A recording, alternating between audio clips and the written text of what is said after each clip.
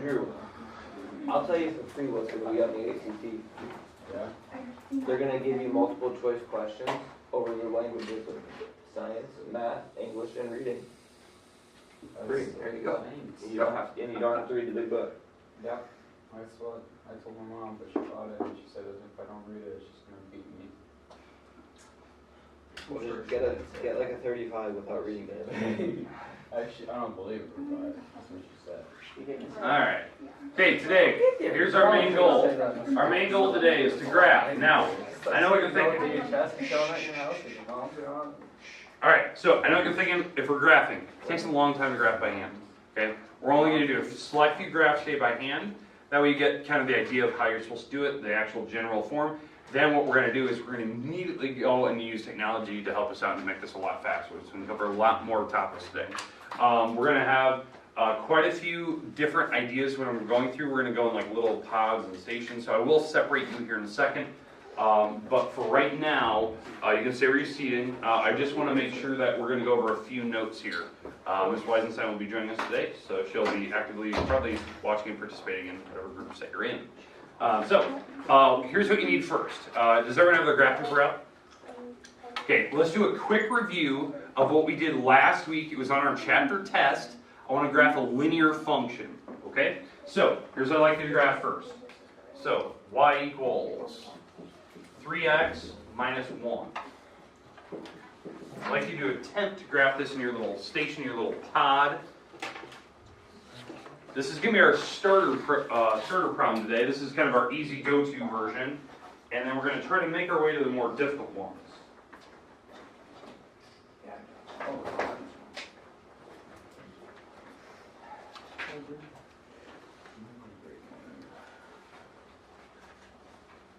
So eventually we will be using our Chromebooks today to help us out to make this a lot faster, so we can cover a ton more problems today. But right now we got to get used to how to graph by hand.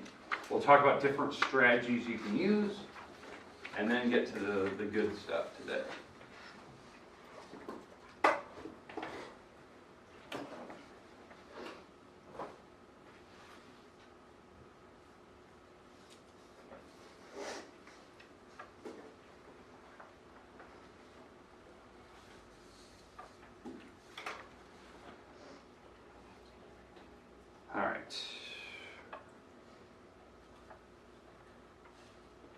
Give everybody enough time. All right, so I'm going to ask you a very generic question. When you're drawing this thing, what should it look like? A line. Why? Because it's linear. Okay, why do we know it's linear though? Because there's no squares on it, right? Okay. No powers, right? That's what I meant. Yeah, no powers, no squares, nothing like that, right? So it is linear. Now, when you started, I don't know what strategy you used. How did you start drawing it? Say started the y-intercept. What's the y-intercept on this one? Okay, good. This is the y-intercept. Because what form is it in? Yeah, slope-intercept. You can see it on the board. It's right over there. Right? We did that last week. Talked about slope-intercept forms. So we're starting at -1 on the y-axis. That's what a y-intercept is. That coordinate for the y-intercept, what is it? What's the coordinate for that dot? 0, -1. Okay. Because again, y-intercepts, the number is only in the y spot. There should be a 0 on the other side. That's intercepts, right? All right, now, where do we go from there? Slope. Slope, what's slope? 3/1. 3/1. Good. So this slope, this is my slope, is 3/1. Now, we have 3/1, we have slope. But what does slope mean? Like rise over run. Okay, so we're going to rise 3, run 1, but what direction? Rise and run, which way? To the right. I always say to the right. Doesn't matter if it's positive or negative. If it's negative, you drop and you go to the right. So we're rising 3 from this dot. 1, 2, 3, running 1. Rising 3, running 1. This is what everybody's picture should look like. Now, last week, on the test and the practice guide, there was that first problem that we had. You had to draw coordinates, right? You had to draw 7 dots. Why is this one filled in? Why Why did I draw a line that connects every dot that you slope there? Because I went up 3 over 1, I drew a dot. But why did I connect them? Yeah. Because it can. It doesn't count. So I it's a guess function. All the points? Say? So it's a function. It's a function. The definition of a function means that any x you pick, any domain numbers you pick, has to have a range number, has to have a y number. It didn't matter that I picked, -1. It didn't matter that I picked 1, 2 or 2, 5. I could have picked all the decimals in between because it's a function, and functions have a bunch of x numbers and y answers come out. For every x, there's exactly and only one y number coming out of that thing.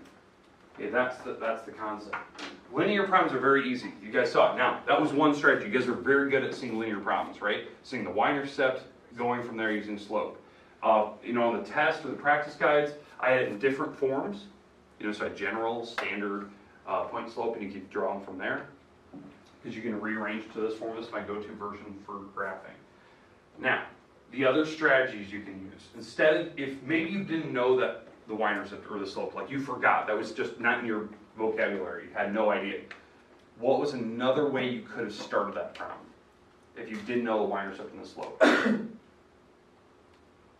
What's the strategy you could have done as a fail-safe? Plug a number in.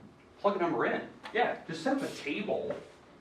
Set up a table of x and y's. Literally just plug numbers in. And you can make up any number you want. I'll plug in -4, I'll plug in -2, plug in -1, plug in 0, plug in a 5, plug in a 9.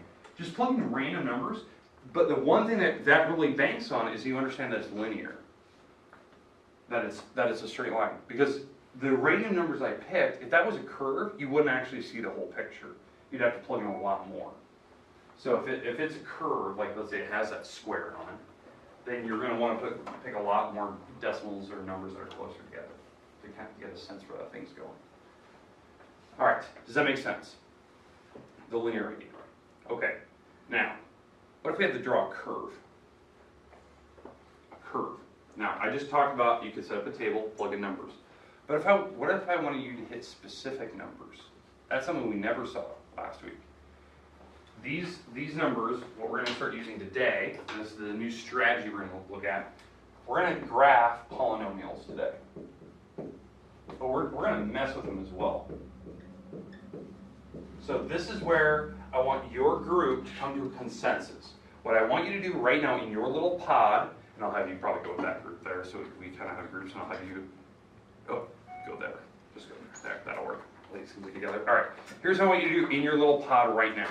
I want you to pick 3 x numbers in your pod, 3 x numbers that you want your graph, your curve, we're going to draw something that's a curve, it's polynomial, 3 x numbers you want your curve to hit right now. So as a consensus, pick out 3 numbers. Go. 100. So I'm going to put that on the board. Pick 3 No one cares. 3 x values. We already decided 5. Yeah. They should probably go there. Oh, that's fine. Okay. Okay. So then we're going to 29.6. Both of the males on the two. Say 3, 4, 5. So it doesn't matter what. Phil, what are you doing there? Because males are superior, so we get to All right. where we go. No one cares. Oh wait, I was saying nothing. Oh, I might come in. Does everyone have their 3? Oh, shit. Everyone have their 3? Yeah. Here's what I'd like you to do. On your graph paper, in front of you, take your graph paper. I want you to put a dot on the x-axis on the 3 numbers you picked. Hopefully they can fit on here. My graphs go from -12 to 12. Hopefully you picked a number. If you didn't pick a number that's from -12 to 12, 13. make a new scale for your graph so that it will work. I know we do like 2 for 6. No one Well, cares. 3, 4, 5. So I want you to plot them on your x-axis. They're asking to win the ball.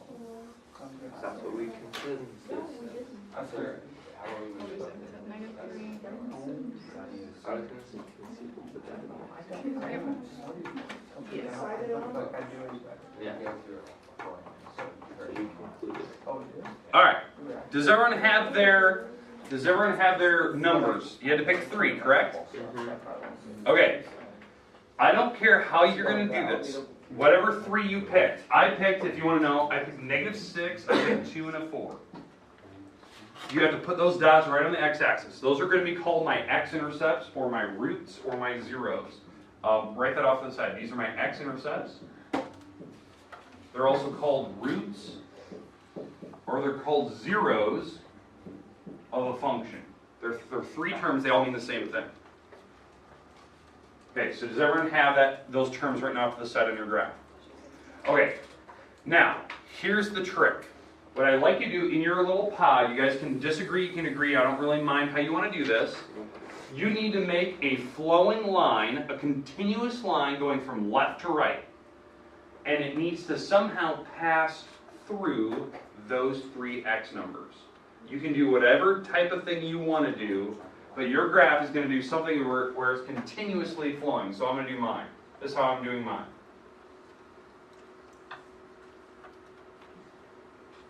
I need to hit all 3 of them. Now you can start up and go down, but you have to pass through them, and pass through them is a key. You're not bouncing off of them, you're passing right through them. I don't care how high, how low you go.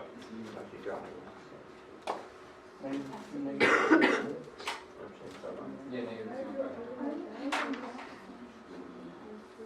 -5. Okay, now everyone's going to look different. That's the goofy part. Every graph can look different even though you have the same x-intercept numbers. Because it depends on how high and low you guys wanted to do. So there's a lot of different numbers that can happen here.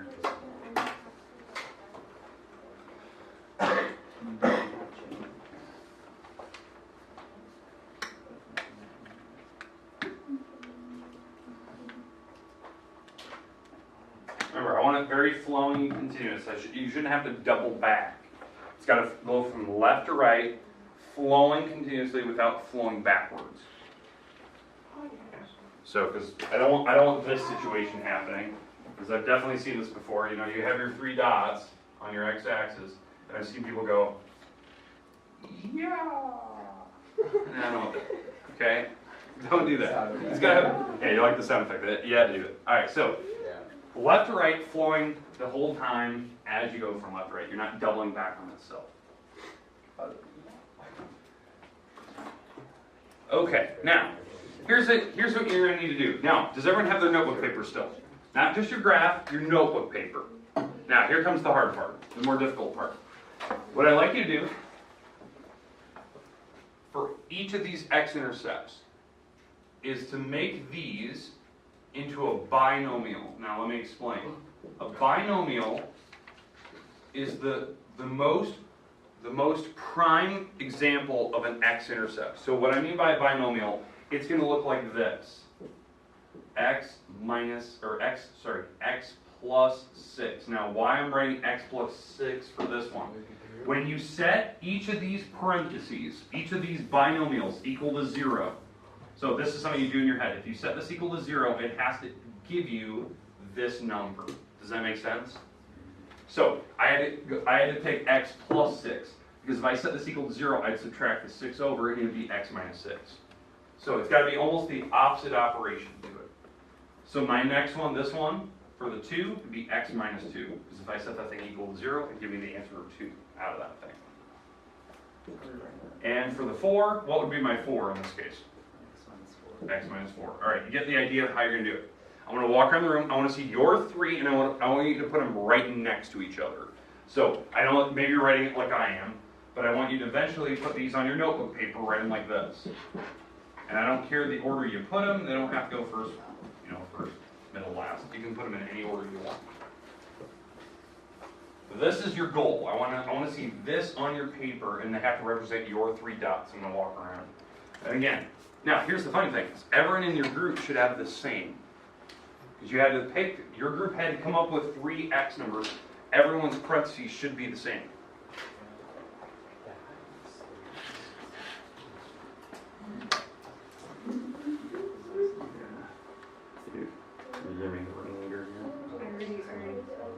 Alright, you already know what we're doing.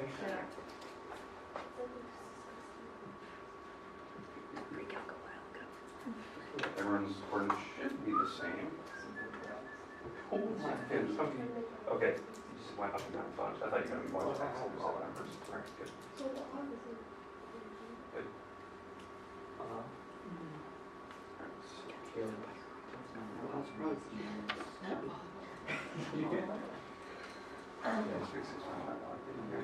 That's good. It's good. It's good. All right. Now, here comes the hard part. You have to FOIL those all together. You have to FOIL them all out. First, outer, inner, last. Multiply all three of these parentheses down. The reason why, we are going for our actual polynomial. You're FOILing it all out. Okay, you're going to see the whole purpose of this today. And your groups are going to use technology to figure this out. You're going to have to discover how to do this on your own today. So,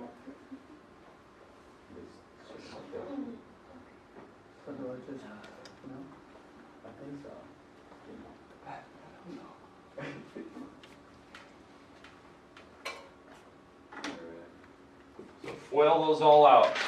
Use each other, help each other out. You guys should get down to the same polynomial in the end. Double check each other.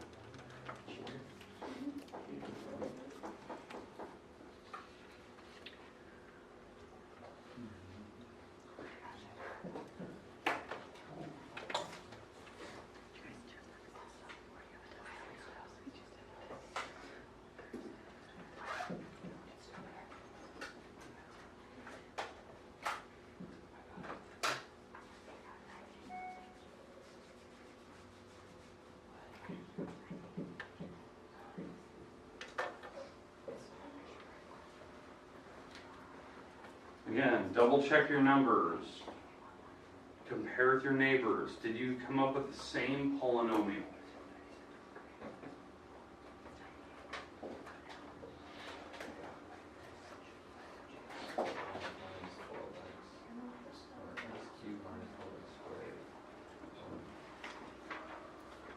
I do it right.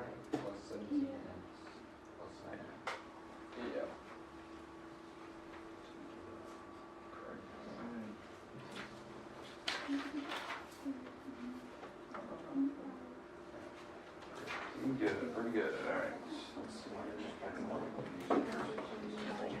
Okay, you guys got them all FOILed out?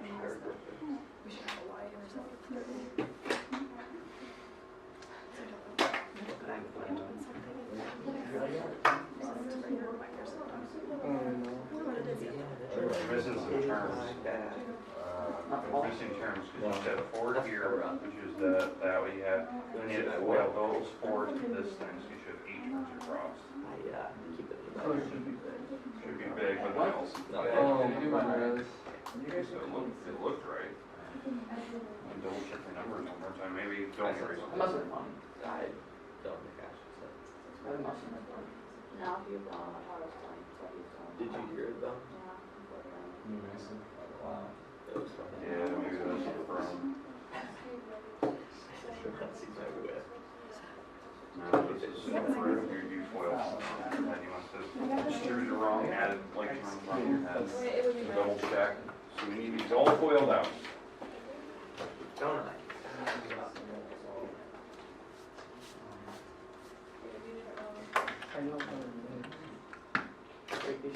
If 2 ladies got it right, and they have the same answer, that yours has got to be right. You can't cry. Oh, if you hold it really. Alright. You guys all get comparable answers. Alright, good. Alright. Now, I know the gentleman over here is still working on theirs. Keep working, because remember, we got to FOIL it all out. We got to make sure we have everything down. Okay, as you go, and I'm going to come back to that group in the back just to double check on you here in a second. What do you notice about your polynomials when you did it?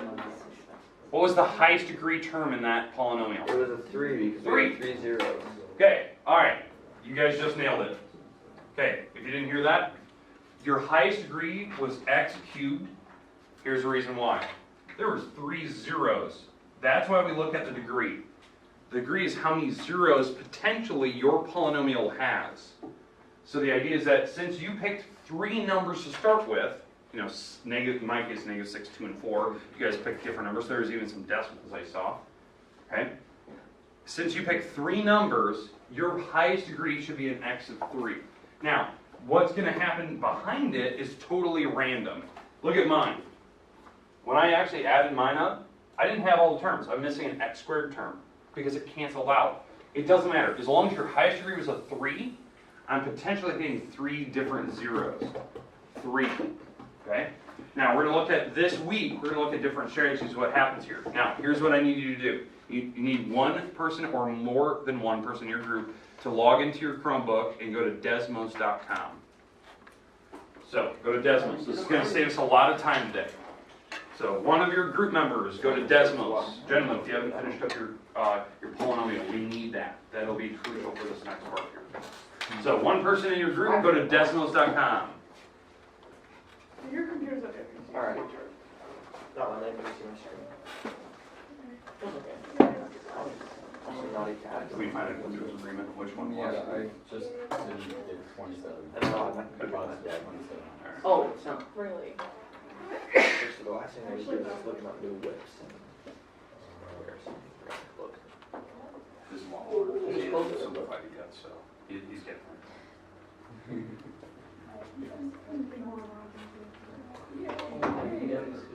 Alright.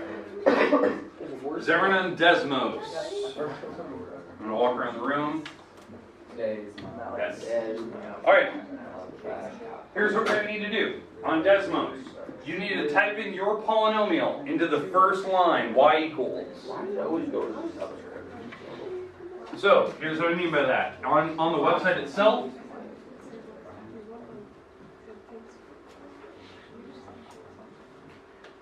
Why does it? alright, in that first blank, here's what you need to do. We're going to type in this polynomial that you just got. Now, we can type this 2 different ways. That's the best news. One way you can type it exactly what you have here. So you're going to hit that little X. You're going to hit the little caret key. That's hitting Shift 6 to get the little caret key. Then you can type in the 3. Just make sure out of the power, you might have to hit the little arrow keys, get out of the power, then put minus 28x plus, and this is whatever yours is. Now, if that works for you, like you're really good at that, start typing. Click away. If that doesn't work for you, you're like, I have no idea how to do that little power rule, that little caret thing is losing me, I'll come around and check. You could just type it like this. You could type it in with your 3 parentheses, and it will still do the same rule. It'll do it for you. So I don't know which one you prefer. I prefer the top one. I want you to try your best to go to the top one. You also got that little Power rule. thing on the bottom. Yeah. Yeah, because it's like you have like hotkeys that you can hit. Yeah. Okay, has everyone got it typed in?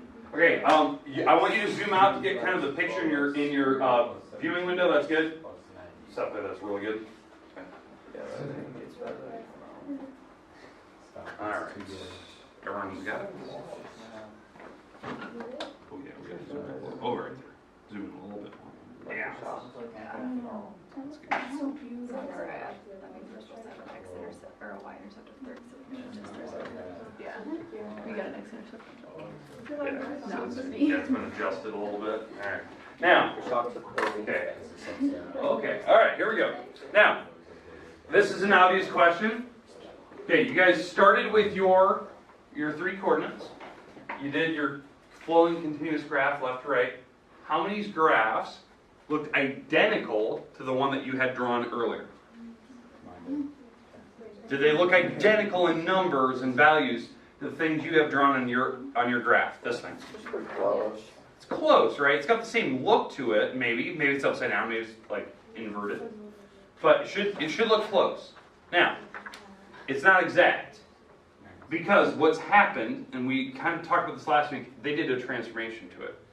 They did something to the problem to make it look a little bit different. They've stretched it They compressed it. They had different peaks and valleys than what you had, and it hit different y-intercept numbers. Those are the transformations we discussed. Those are the things we have to get good at this week. What we're going to start with today is very basic stuff, basic operations. What are the basic operations you learn in elementary school math? Plus and minus. Okay, basic operations, we had plus minus. What else?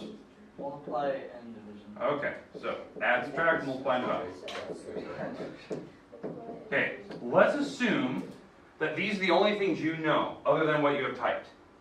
So add, subtract, multiply, and divide. In Jordan's case, that's not far from the truth. Oh, alright. Now, here's how I want you guys to figure out right now.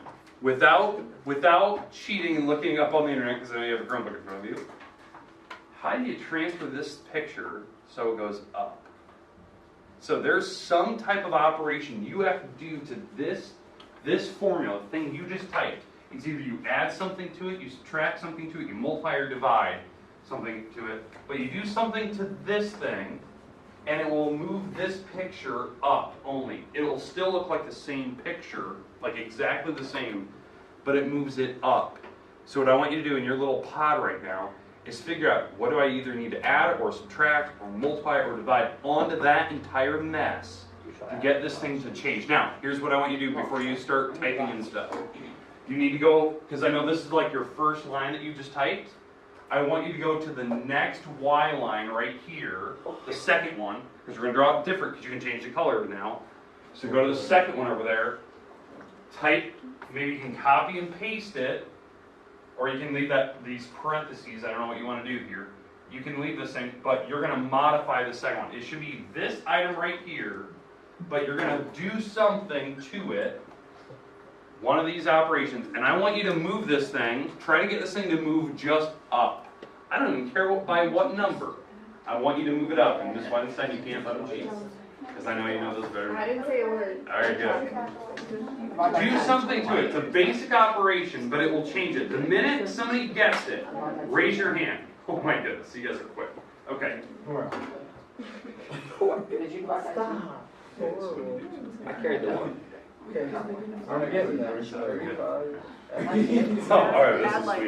You're in the wrong direction. You're getting 35 minutes, buddy. No, I just changed no, it. he did Okay. it wrong. So, What? Kills is the problem. that's good. That's So that's not the I like the correct fact that it changed. Did it automatically change the colors for you? Because I looked at his, and then I looked at yours, What do you guys do? About 4. your number correct, and then I looked at mine, my number Good, good, correct, good. and now I'm figuring out the correct thing. Alright. Have we figured out what they're doing here? One looked at mine and said that mine was They're right. actually taking a quiz on it. No, he today. said yours wasn't. They're doing It's the first time transformation. I added it. Flavors. You said you're on the wrong direction. No, I'm figuring out the numbers. They're adding, subtracting, dividing. Oh. Crap. So not right? I've got those like. Binomial. Yeah, we did this last year in my algebra 2 class. They're taking a quiz on it right now. Jimmy's reading the quiz. Who? Oh, Jimmy, yeah. Minus, or minus 10x. Especially at Jones's grade. And then you just add Algebra, they learn. your numbers should still work. I got no idea what they learned. I just took a I have no idea what they learned. Alright. So I'll bring stuff. All right. So you were negative. Okay. Hey. Just try to roll with it. Okay. Hey, let's jump to the chase here. Does one of my groups want to volunteer their answer? No. Add. Okay. All right. I want you to bring up your Chromebook. You're gonna plug it in. Open that. You got it. All right. All right. I need your undivided attention up here. We're gonna plug in a Chromebook, and I want the group to present their findings, what they find, how did they do it. I'm gonna plug your group. I'm gonna plug it in here. So here we go. Plug it in. And we're also doing piecework, which you guys like. I'll be in the same Yeah, line. plug in.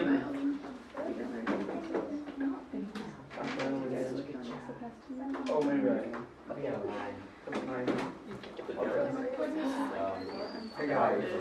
it in. All right. Get your tabs open. I like the Slide picture. over. Put on the So same they all- graph. Yeah, slide over. 4 finger swipe, 2 finger swipe. Only Maybe you drag that thing over. You wanna put that little box down there? Hey. Did it work? Yeah, it definitely worked. Just drag it. Yeah, there's Uh-huh. half of your functions, not the other half. Hey, always looks like it's fine. It starts there. Is that like- God, you need to get Or just drag the tab on my computer, take the tab and Oh, drag yeah, it that's what over. we're gonna have to do. Yeah, Cole looks like he's Yeah, got it kind of bad. it just, Yeah, it looks like he's coughing. Ah. it's the same graph. He's a baby trying to squeeze one out right now. He's getting his diaper and she's gonna feel Okay. Alright. Explain away. What do you guys find? What was your findings? Well, we added 10 to the y-intercept. Say it again, please. We added 10 to the y-intercept, And what did that do to her graph? that. moved it up, Moved it up. Okay, so how far did it move up? 10. Exactly 10. They added 10 to the y-intercept. So that if you see their little functions there, you can see how it did. And the best part, it has 2. Sam, I like your group to present. That was good. Thank you. Where? Oh. Drag it up there, because I like your picture what you had. That was good. That was good. Simple little finding. Now, Sam, I want you to show yours, because I thought that was interesting, because they had the same result, but they did it in kind of a different way.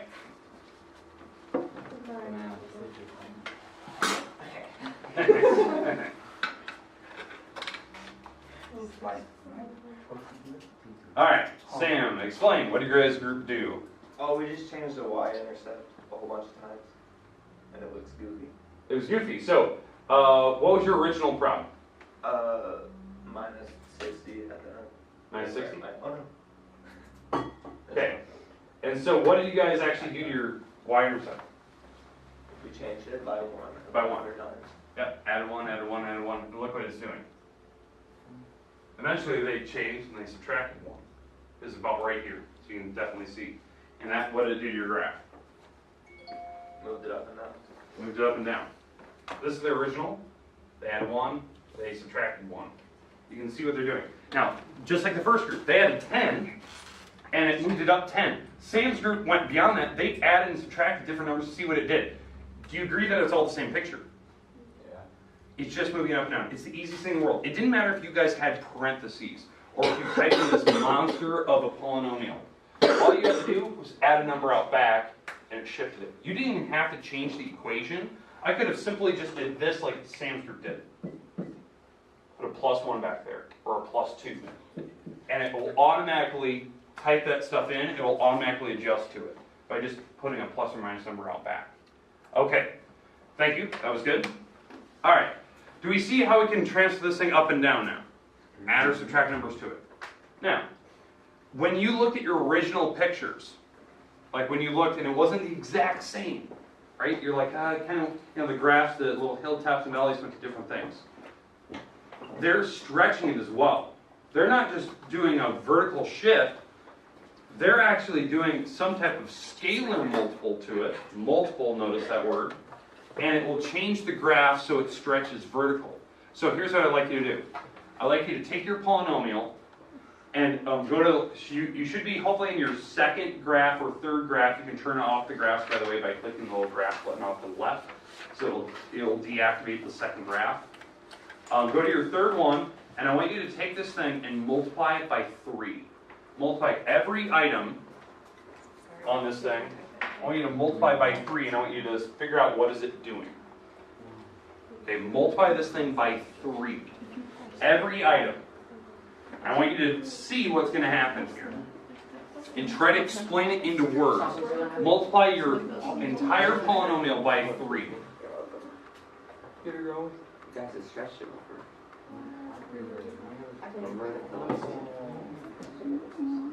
I'm going to walk around the room. I'm going to see what your graphs look like. Remember, you need the original graph and this new one. Okay. How to stretch it. I'm going to probably have to go through that. So, you want to just drag your computer thing and start plugging it in? You wouldn't copy it, so yeah. Oh, that's fine. Keep going. Keep going. Smart.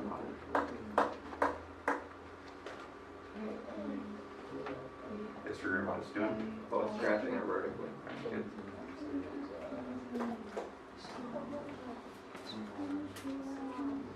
You go. Can I? Just right? Or can I?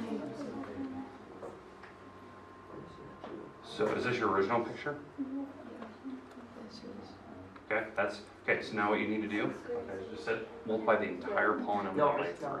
3. Everything by 3. So you can either multiply each individual piece by Yep. 3 or you put it in parentheses.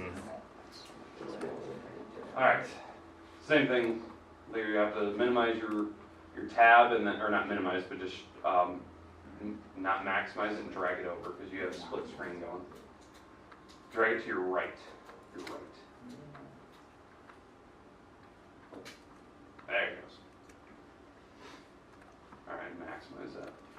Alright, you want to present, you want to zoom in, however you want to do this. Explain, what was your findings? So we had our original one in the red line, and then we added a 3 in front of all of it, and vertically stretched it. Added 3 or Multiplied by 3. multiplied by 3. Now, I like the way that they did this. This is different than some of the groups I watched. I think even Miss Weisenstein even commented on this. They multiplied by 3. Notice they just put the 3 out front of the parentheses. That was really clever. You didn't have to actually do any of the math because they had decimals in their problem. They didn't want to multiply that. They just put a 3 out front with parentheses around it because that will eventually have to multiply inside. Okay, that was really good. But say it again, what was the whole purpose? What did it do to your graph? It stretched it vertically. Stretched it vertically. That's all it did. Notice you're still hitting the same x numbers. It's stretching it vertically for the actual peaks and valleys, the relative max and mins. So that was really good. That was just a good graph. You can actually see all the transformations that they're doing to this thing. They shifted it up 2. They eventually multiplied by 3 and it stretched it vertically. Now, it's not affecting the horizontal, it's affecting verticals, which is different. You can actually manipulate this thing to a point where it will look identical to what you should have had drawn on your paper. You can figure out how they did it. Okay, that was really good. Thank you for presenting. All right, now, did any group actually multiply their numbers through, like the parentheses, like they actually multiplied each term by 3? Yeah. Okay, did it work out to be the same? Um, Where it changed your graph, or it Yeah. stretched it vertically by 3? yeah. Okay. It will still work because the idea is that if you were to multiply by 3 outside of a parenthesis, eventually you could distribute the 3 in, and it would be the same result anyway. So, the whole point of this today was to get self-discovery. I want you to see firsthand the first couple steps in transformations. Tomorrow, we're going to be going into this the same way. Be ready to graph tomorrow. This graph paper, you need to keep it. We're going to add a few more graphs to this tomorrow. Okay, so be ready to go. If you haven't checked your grades online, check them this week. You need to get things in. If you're leaving today, to go on the ag trip, I know some people are going on FFA convention. You need to have everything wrapped up today because I won't see you the rest of the week. So double check your grades online. If any of you are going to take a retake with me, make sure you're doing it this week. Thank you, Miss Weisenstein. So come in this week at some point to make sure that you guys get some practice going over the problems. Alright, well that's it today. You guys can put your Chromebooks away and everything.